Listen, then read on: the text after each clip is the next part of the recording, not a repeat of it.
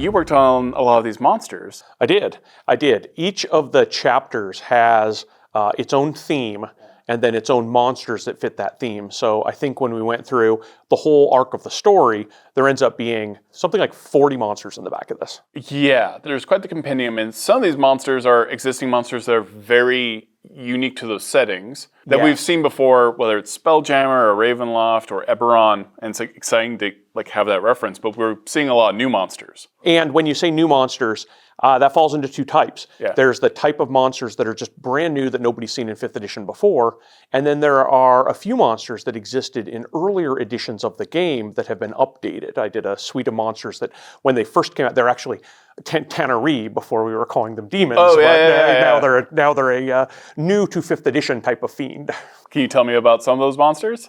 Like in detail? Or will that ruin things? Oh, I can tell you in detail. It's fun, at the risk of getting a little bit spoilery. Right. One of the sub-villains that you go up against is a demon lord named Miska, the wolf spider, who is a champion of chaos.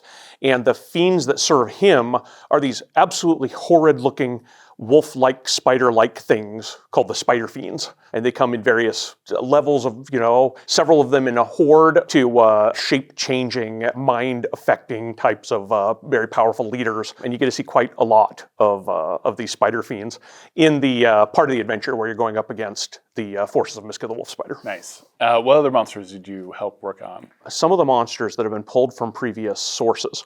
And some of those that have been pulled from previous sources aren't taken exactly, but they're taken thematically. They're like, oh, here is a type of monster that appeared in Ravenloft, for example.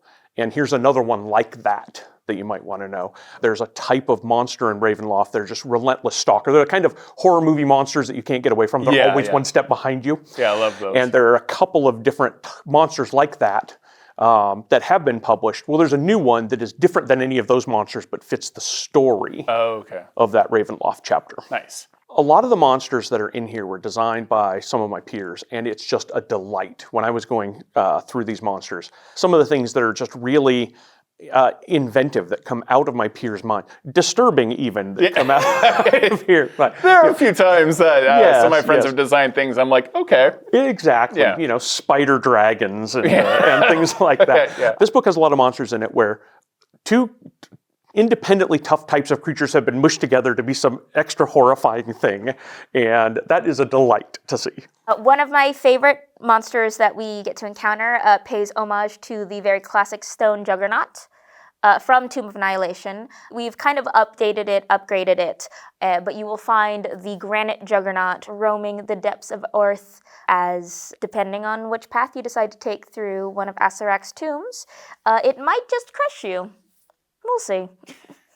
Without spoiling too much, there are a lot of very famous D&D NPCs that are helpful, or also villains that end up in this multiversal trek. In addition to a bunch of really awesome monsters, we do also have stat blocks for some wonderful classic and iconic D&D characters, including Illustrial Silverhand, Tasha, a new version of Strahd, that is tied to the Death House, which is very exciting. One of my favorites that is appearing in the book is a new Tasha stat block. So we've seen Tasha before in Wild Beyond Witchlight. We've seen her in her Igwilv form as Zybilna, Archfey of Prismeer. This version of Tasha that's going to appear in this book is a earlier version of her when she was just Tasha the Witch. So it's a little bit lower CR than the one that appears in Wild Beyond the Witchlight, but it is nonetheless still super fun. One of my favorite little Easter eggs in her stat block is that a lot of her actions that are actually in the stat block, a lot of her abilities, are essentially prototype versions of these spells that eventually become her spells in Tasha's Cauldron of Everything. Oh, nice. You have the prototype versions of Caustic Brew and a bunch of the other spells that appear in Tasha's Cauldron of Everything, as this is the Tasha that was actively working and developing those spells before they were released out to the larger world. Why are monsters so important to an adventure? And in this one, they're so narratively tied to the adventure to give you that flavor, because each chapter goes to a different part of the D&D multiverse. This is like one of the key ways you kind of show, hey, you're in a different location. Oh, that's absolutely true.